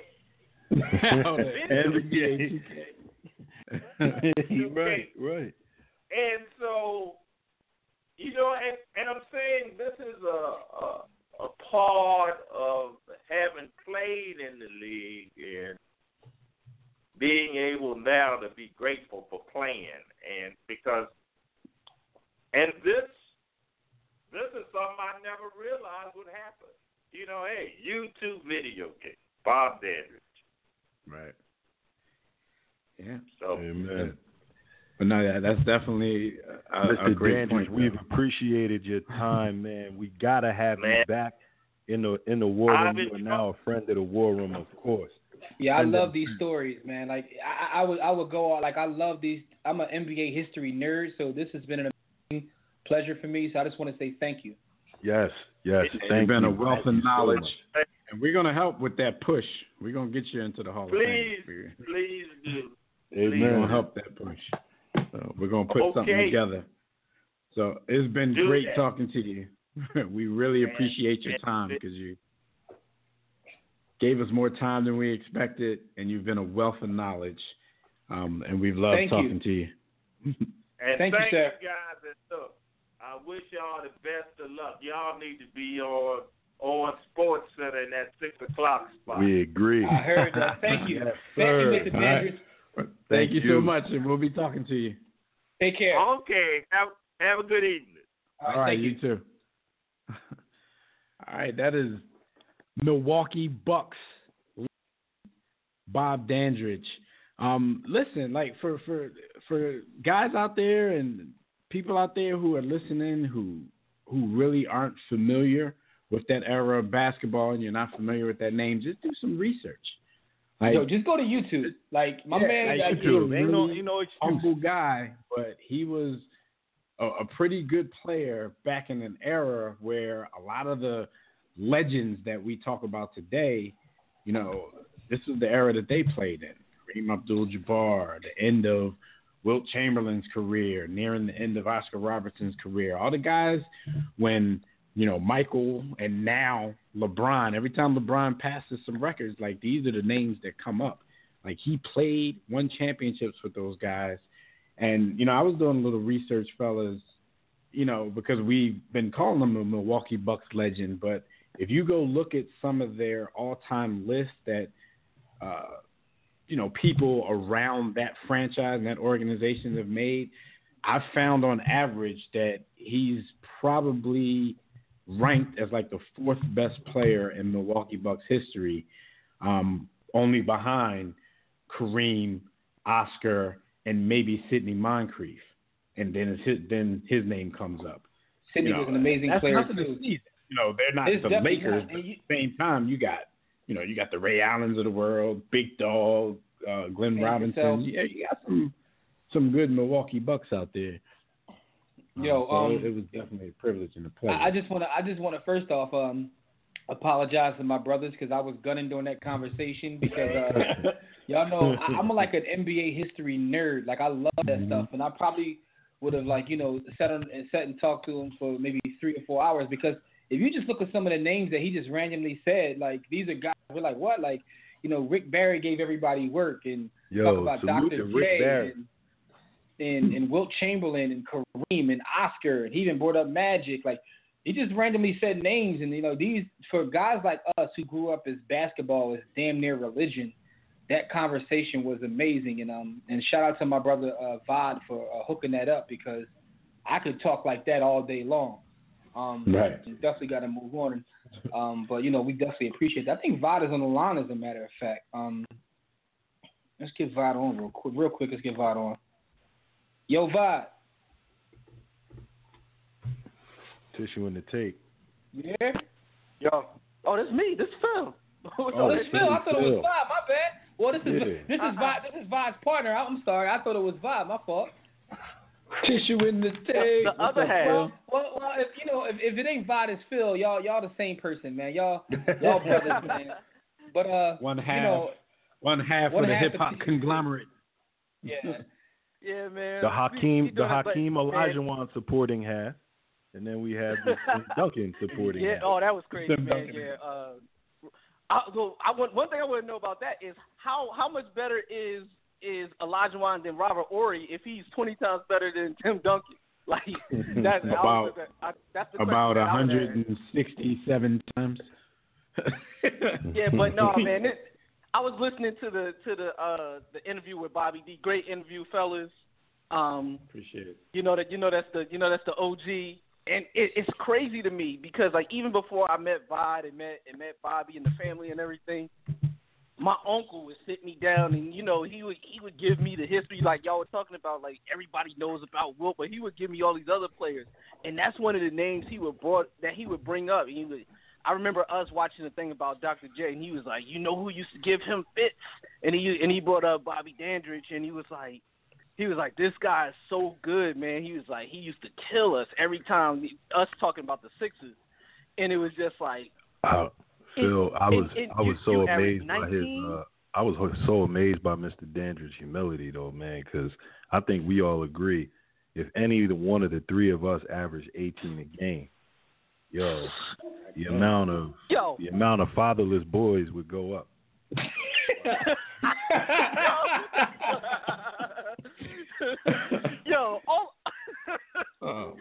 I know is, man, just don't let me score. Don't let me score 8 buckets. I'm running around this joint. I'm retiring everything, yo. I'm popping champagne. So you know how many different kind of loops that bucket would have on YouTube videos, like. I'd find all kind of creative ways to show a whole highlight reel of one bucket. Yo, he made first off, he made a game winner in a playoff game. That one highlight alone, I would get up every day and post that on Facebook and say good morning to the world. Yo, I'd be like, but and the thing about it is when you think about some of the dudes, and I'm not going to slander anybody, but y'all know who I'm talking about. With some dudes that couldn't even sniff an NBA Finals as a player are in the Hall of Fame, but some dudes barely even made the playoffs in the Hall of Fame and didn't do it or contribute half as much. And one of the things, just taking on the court off the table. This is the Basketball Hall of Fame. A lot of contributions that he's made to basketball outside of actually on the court, those need to also be recognized when you start talking about Hall of Fame, because a lot of people they direct deposit boys, they get their check, they stink up the court, or they run and gun. Shout out to Tristan. I was about to say that. Yeah. Oh, don't even get me started about I heard y'all too. He wear he don't wear LeBrons. He wear Dash. He signed to that label. That's who make his kicks. But anyway, yeah, man, it's all about the total Dash, the Kardashian brand. The total contribution. Yeah, that's the Kardashian brand. You mean that? Yeah, it's about the total contribution to to the game. So just on that aspect alone, and I've seen some of the stuff he could have. As you mentioned, he's super humble because I know some of the stuff that he's done off the court to help the game of basketball. He didn't even name drop some of the people that he's helped. Right. So that's the beauty of him as a human being. But yo, man, all I know is there's so many dudes that's in the Hall of Fame, and for him not to be in there, it's criminal, man. It's criminal. Yeah. Shout out to Spencer Haywood. Yo, Phil, man, we gotta move on. We only got a little bit of time left. Absolutely, I know Vod wants to get on. Vod just hit me up. He wants to say a couple words, and then we gotta go into some of this final talk. But Phil, thank you for calling in and salute. No doubt, man. Talk to him, Vod. Already. All right, let's get Vod on real quick. Vod, a.k.a. Mr. Tint Duncan. Vod, what's good? Hey, I'm Bob Danders, though. I'm Mr. Bob Danders Jr. today, though. So thanks for having him. He was excited, man. I let him hear a show prior to, and he was excited. He's like, these three brothers, on here doing it, and our family, we got a huge, love affair with the city of Philadelphia. Just from his actual, grandparents being from there, and just me being there for so many years. So when he heard, three guys really wanted to talk hoop, he's like, I know these brothers know hoop. So I was like, yeah, you'll see. So listen, man, had to open up like that. Yo, for me, I was a kid in a candy store, but what's interesting is, and we're going to talk, this will probably be the one thing we all take from this is the humility. I've never seen a professional athlete that humble in my life. Never. In any sport. Yo, I know soccer players and rugby players that have less humility than that. I know Olympic curling athletes that are bragging. One of his contributions that we're definitely going to highlight in this next kind of run for the Hall of Fame in 2018 was he's very instrumental. He basically spearheaded what is now the rookie transition program through the NBA PA, and it was basically his baby all throughout me being in high school. He put together the camp that basically featured the top 60 players, and this was something that he just wanted to do because he saw that there was a rookie transitional thing, and they needed to talk to the kids even earlier than them being draftees. He wanted to talk to the likes of Lamar Odom, Kobe Bryant, Jermaine O'Neal as they were heading to be high school seniors, because it was just going to lay the foundation for a lot of the jump from high school to NBA. He was ahead of that curve in terms of kind of seeing that happen. And, it's one of the programs that still exists. Is very instrumental in rookie today. His fingerprints all over that program, and I'm just, excited. Vod, is he still involved in that? Is he still what? Is he still involved in the rookie transition program? No,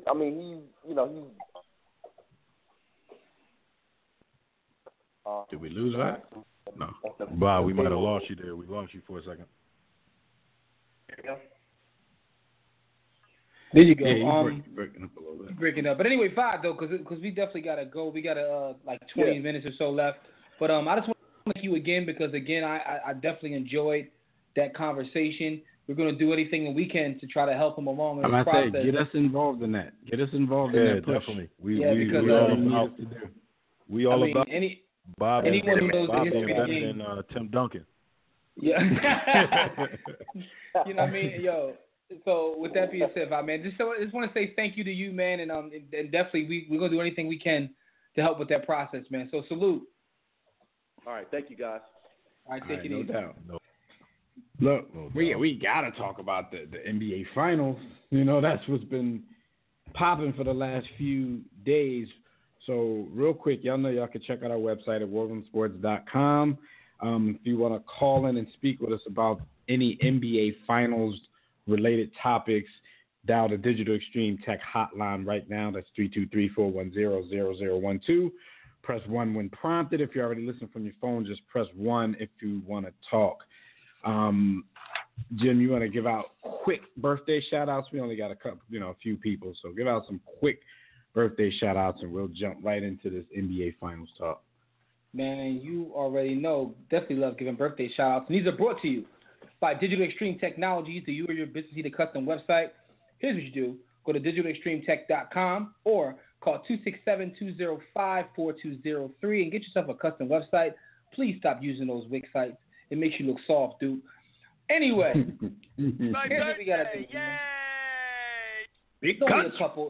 There's only a couple. We got Bryant, Big Country Reeves, who turns 44. Shout for him. We got the Philadelphia legend, Troy Vincent, turns 47. And underrated. The other Philadelphia legend / Green Bay legend, Herb Adderley, turns 78. He's a friend of the War Room, who gave us some amazing stories, amazing football history when he came on. I know when he came on, we were the same way. We were like sitting in front of the campfire, just listening to stories. Man, it was crazy. But he had a lot of Wilt stories as well, even though he's he's an NFL. He's an NFL Hall of Famer, and somehow he saw how great Wilt was. Wilt is that dude, man. Crazy. I gotta meet this Wilt Chamberlain. As great as he is, it don't matter if he'd come back. When you meet your maker, ask him to introduce you. All right. So, salute to all of those folks on their birthdays. All right, so the NBA Wrap is brought to you by Sports the Book. You guys tired of reading the same old sports book with the tired old sports lists, rankings, imaginary starting lineups, GOAT arguments? Well, be sure to pick up your copy of Sports. Smart people only read the sports. It's the Illmatic of sports books, and its mixture of sports and hip-hop culture will keep you mesmerized and laughing heartily from beginning to end. Just go to sportsthebook.com or get your copy from our website at warroomsports.com. But wherever you copy a copy, just make sure you don't miss that movement. All righty. The NBA Finals have been going on. They actually started last week, right after our last show. A lot of people were expecting an epic NBA Finals. A lot of people, maybe, I don't even know how many were expecting it, but a lot of people wanted to see that because the playoffs had been so bad leading up to it. Not so much. We've had one competitive game. Everybody knows the Warriors are up 3-0 right now. Quick question for you guys, because we talked a lot about legacies last week. Let's do this, because those were legacy predictions. But considering the way Kevin Durant is actually playing right now, does it change anything for you? Like, what will this do for his legacy? Because I know we weren't too impressed with it because of how he got to this particular team. But the fact that, and I don't want to sleep on what Steph is doing either. At this point, I hope they make a decision and don't try to give us anything crazy like dual MVPs. But I think the edge will probably go to Kevin Durant right now. So with him playing so well in this spot, it doesn't do anything for you guys, legacy-wise? Yo, here's the crazy part, Dev. Championship. This is kind of a microcosm of the season in a sense that like, yo, Steph's shine is just kind of gone now with Durant being there. Although Steph, if you look at his numbers from his 2 MVP the best seasons, he's ever played. And these are comparable numbers. These are comparable numbers, and his finals numbers are better. But Jim, he's one of their leading, if not the leading rebounder. Like, where is Steph getting rebounds from this point on? He could check his own videos. He always be number 2. Like from this point on, it's like his shine is a little gone. Like, oh man, his shine is gone now, man. And I think they step up. We just macing them.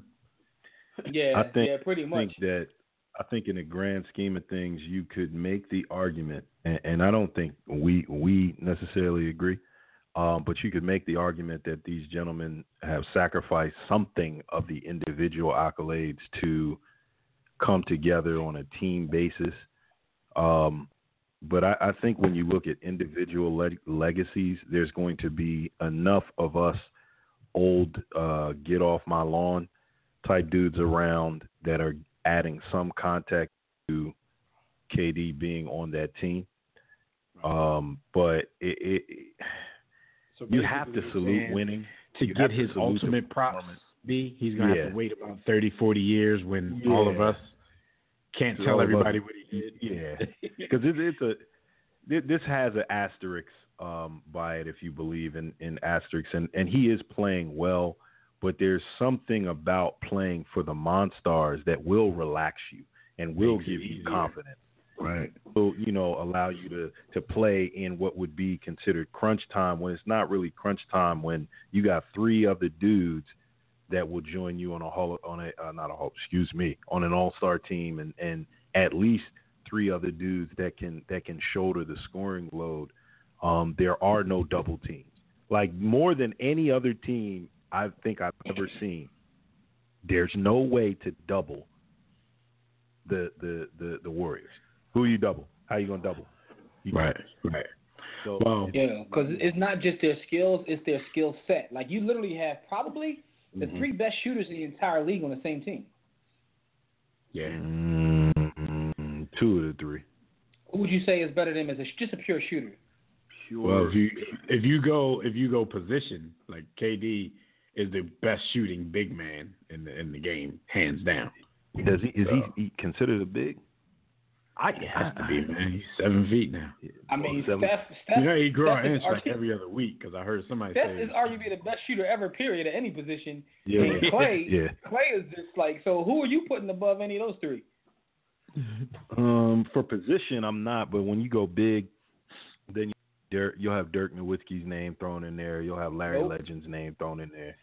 We're talking about playing now. Right now. I said I said the 3 best shooters in the league. Yeah. I mean, the Dirk, league right now. Dirk, could be dead, and we don't even know. Like, nobody checking for Dirk right now. Yeah. Shout out to Dirk.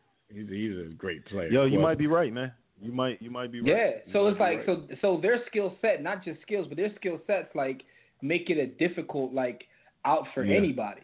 I'm thinking, as I thought C.J. McCollum, but I don't want to say C.J. McCollum is a better shooter than Durant. He's a great shooter. Don't get it twisted. He's a great, but not to that level. Yeah, you're right. He might be the best 3 shooters in the league on the same team. Now, Paul Pierce has been saying that we are witnessing the dawning of the Kevin Durant era. So he basically, he said it before, and then he kind of he's a hater on it. He's saying that Kevin Durant has basically surpassed LeBron James as the best player in the league. And I don't know if he thought that before or if he's being a prisoner of the moment or did he feel comfortable because it is the big stage. He felt comfortable to finally come out and say it. But do any of you guys agree that Kevin Durant has surpassed LeBron James as the best player in the NBA? Hell no. I don't like this day-to-day stuff that we go through with the great. 2 weeks ago, we was arguing whether he was the greatest player of all time. Right? So now he's not even the best player now. But let's add some context to this. And you got to respect Paul Pierce for his long. He's one of those guys we're talking about who still hold grudges. They had a rivalry essentially with LeBron, and when LeBron beat the Celtics, they were kind of saying that was him getting over the hump. But the Celtics used to kick them out. So he always throughout his career, he's always still taking little shots at LeBron, and you got to respect it because I mean, look, he don't even speak to his own teammate no more. Right. I know. Right. And you know what? That's merely. That is merely. Those dudes. Merely the Celtics were of that breed. Like Jimmy's right. Like KG, Paul Pierce. Like KG and Ray Allen knew each other from high school, from South Carolina, and he doesn't speak to dude because he went and played with the quote unquote enemy. So they're just of that ilk. He from when competitiveness was great. That's right. You know what's crazy? But it's difficult to get those guys on TV as analysts, and then you have to talk about LeBron because he's going to be in the finals every damn year. So I know it's difficult for Pierce, but I don't agree with him either. I mean, I always say LeBron transcended talent, but LeBron James has been the best player in the world for the last 8 seasons. LeBron James will continue to be the best player in the world for at least, I'd say, the next maybe even 3, possibly 3. I see Father Time coming, but I don't think that Father Time is going to catch up in the next 2 seasons. And nothing has changed in terms I know of no LeBron. one will agree with what I'm getting ready to say, but you can make the argument. Now, hear what I'm saying. Make the argument. You can make the argument that he's been the best player of this series. Now, they're down 0-3, so how could he possibly be the best player of this series? There's a lot of reasons why they're down 0-3. But when you look at, his contribution to his team and the fact that, without what he's doing, they probably lose each game by 40. I mean, he had a triple-double in one game, and he was 1 assist away from a triple-double last night with scoring 39. So it's not far-fetched, Jim. Remember when the Dubs did beat them 2 years ago? People were pushing for LeBron James to be the MVP of the season, the series, even in a loss, because he led the series in everything category. See, this is the kind of stuff LeBron does, and we have to bring up this conversation because LeBron, I think, I don't know if it's coaching strategy or if LeBron himself doesn't really know how to pace himself, because the only reason I think, because a lot of people demand more of LeBron, and a lot of people look at his statistics and say, well, what more can he do? He gets a triple-double damn near every game. He's scoring almost 40 points. But he tails off and kind of gets fatigued at the end of the game when they really need their superstar. So I don't know if it's a Tyronn Lue call for LeBron to come out as aggressively as he comes out, or if that's a LeBron call and then he ends up running out of gas. I guess it would be difficult against a team like the Warriors because you feel if he doesn't come out aggressive, they could get down early and then it's just going to be a mopping for the rest of the game. So I guess it is a difficult decision, but he has to learn pace a little better or something. This speaks to LeBron's defense. This speaks to LeBron's offensive development or lack thereof. So we've seen him come into the league, and through the years, he's improved various components of his game. But there are things that, we've talked about on air that he could have done and could have developed and may still, at 32, 14 seasons in, I don't know, but he could still. You have to control the pace. Right now, the reason that the Warriors are winning is because they dictate the pace of these games. And we've seen the Warriors play anywhere from good to very good, but they haven't played their best game. They haven't played their best. They're winning without playing full potential. Now, that goes back to LeBron. LeBron cannot slow the pace of the game down because from a perspective, he can't post up. He doesn't. Right. He hasn't developed that aspect of his game to be able to eat up shot clock on the block or on the pinch post and have 1 to 2 go-to moves to score. LeBron scores in the post because he's LeBron. He's 270 and he's 6'9", so he can get buckets in the post, but he's not an accomplished post scorer, and he never developed the footwork. I'm gonna be honest with you, and because of it, they are playing at the Warriors' pace, which makes him very fatigued by the end of the game. And to be honest with you, I understand your analysis and breakdown of that, but I don't even think it matters. LeBron could have a post game. They're still going to be down 3-0. No. I agree. No, I agree with you, Jimmy. It's to the point where I'm nitpicking, but it would get him through the game, though, Jim. Because it's to the point where so people won't be like, "Oh, LeBron quit. He just disappeared in the fourth or the third." You know what I mean? No, it would get tired by the end of the third. By the end of the third, still get smacked. Yo, he's gassed, and they still would lose. Here's the thing: KD has the option of starting off slow, not doing much, and then turning up in the fourth quarter. Because, KD didn't even play that game until the second half. So they've gone like 11 deep. Like they got David West coming off the bench is like their 11th man. Like, are you serious? The best post up player in the game is like the 9th man on the Golden State Warriors. The right, best that's post what I'm up saying. player So is Sean Livingston. It's kind of crazy. It's kind of crazy, and go ahead, Dev. No, I was going to tell you that was just a great point that you made because remember even last night when we were talking during the game, we were like, KD in a closer game is looking a little front runner-ish because he wasn't doing much. But then, he broke out, blazed it up in the second half. To do that. That's what's crazy. Like, so how does anybody beat that team? That's what's scary is they're young enough that they're going to be together for a minute. How does anybody beat them? Because when you have the guy who's arguably the second best player in the world, who can basically take 3 quarters off and play half-ass, like I just don't see what you do. And just to give you guys a quick turns, giving you like 15 in a row.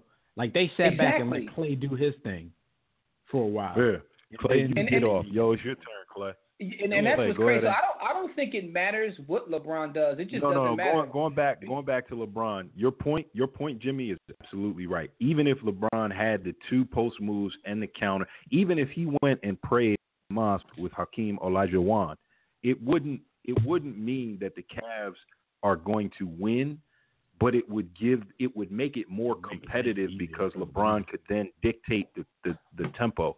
The only way he dictates tempo and pace now is to go to the rack and play bully ball. And after he does that about 13 times, he's gassed. Then he wants to shoot.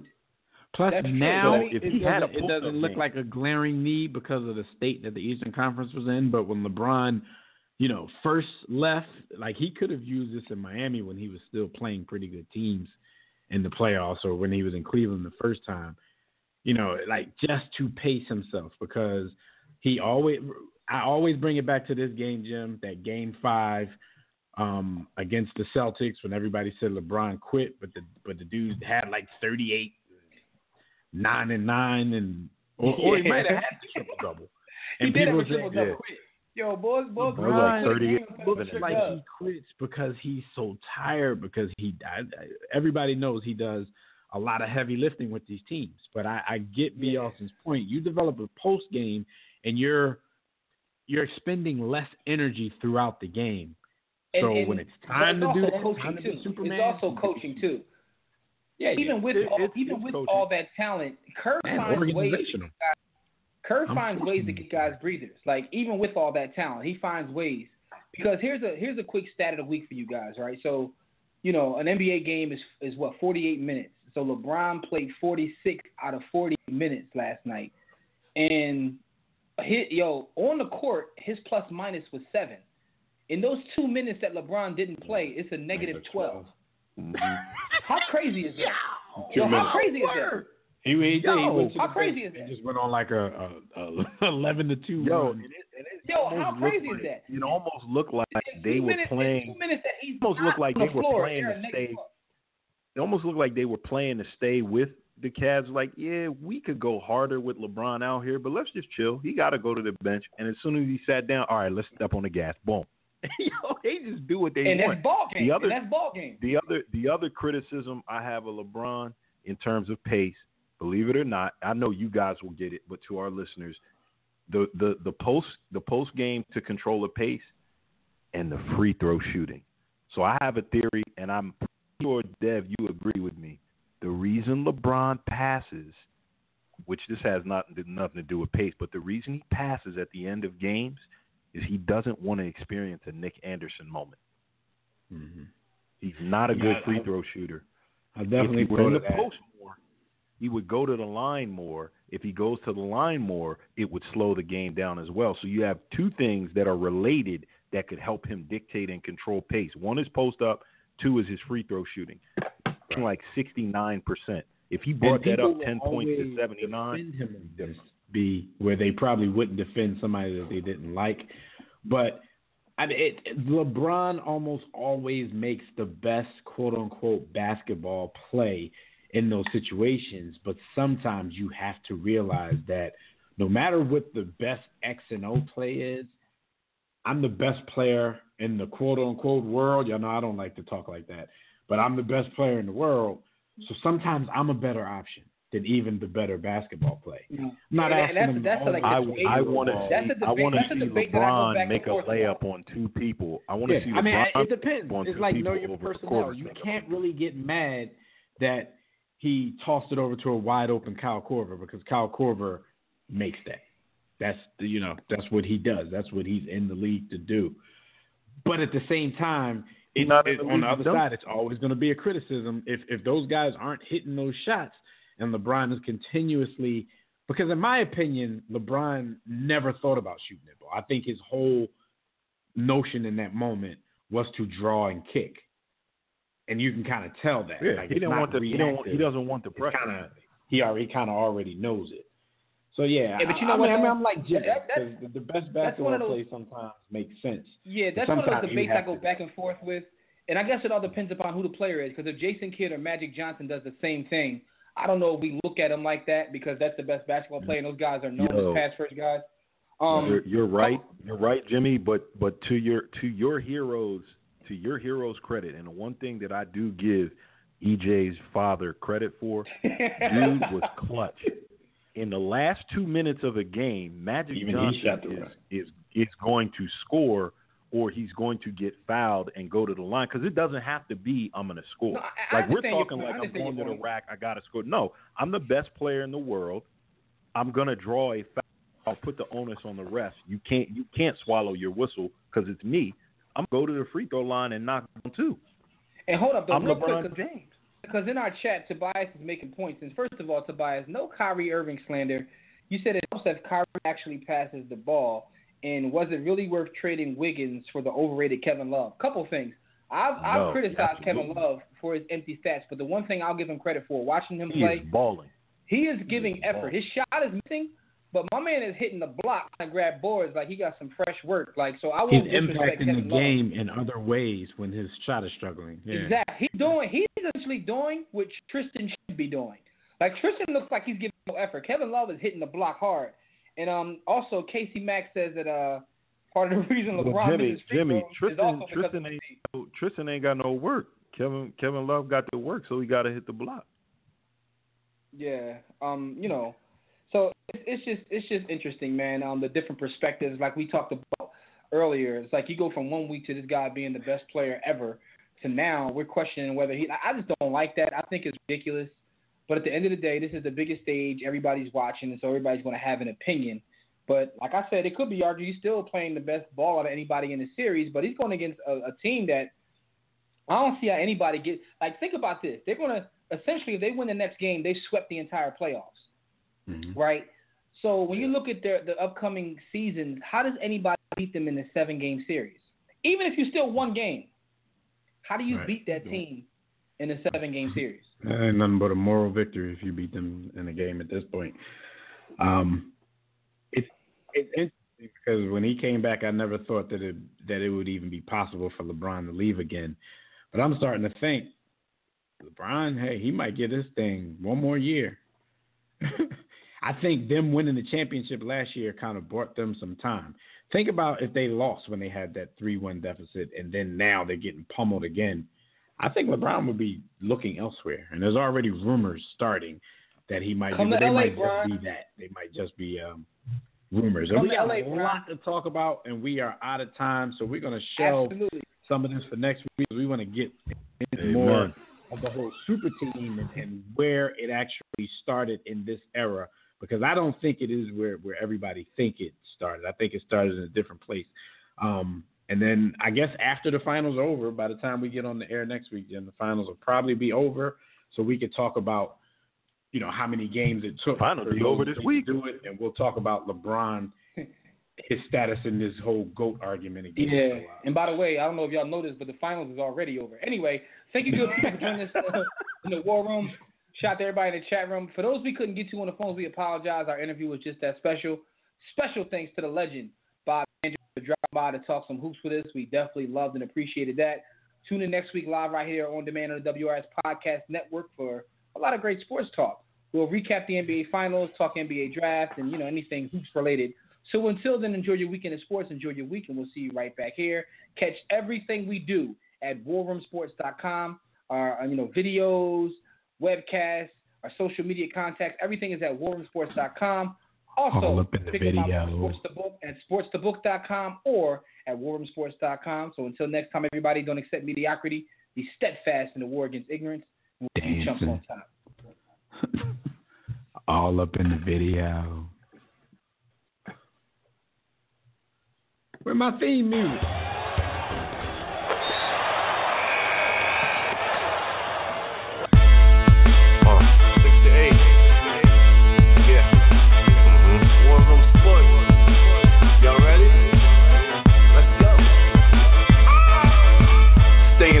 Jimmy, know the blueprint. Every Thursday, 6 to 8, they do this. Shout out to Dev, PJ, B. Austin, Bay on replay. WarRoomSports.com. Get that mobile app. If not, dial 323-140012. They be going and you sensitive, then oh well. Physical podcast, let's talk sports. Showtime like magic in the block push. Listen live, push one to join in. Rip your team or listen for your enjoyment. Hip hop scholars, pit stop and knowledge. Should be in sports credits, I ain't talking college. 5 guys, no beef though. Sports thrift secret, but the streets know. Belafonte, I got a G flow. KC royalty, I'm in beast mode. 2 hours, get your game up. Who's the best in sportscast? You better name us. War Room Sports. Yeah, Jimmy, Dev, PJ, Jack Beck, B. Austin. I'm Jack. Up and coming on the beat.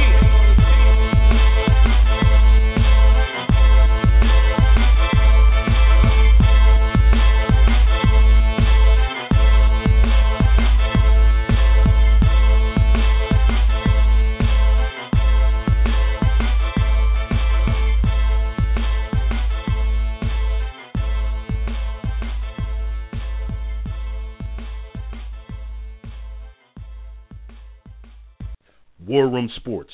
www.warroomsports.com. What? Ain't no more to it.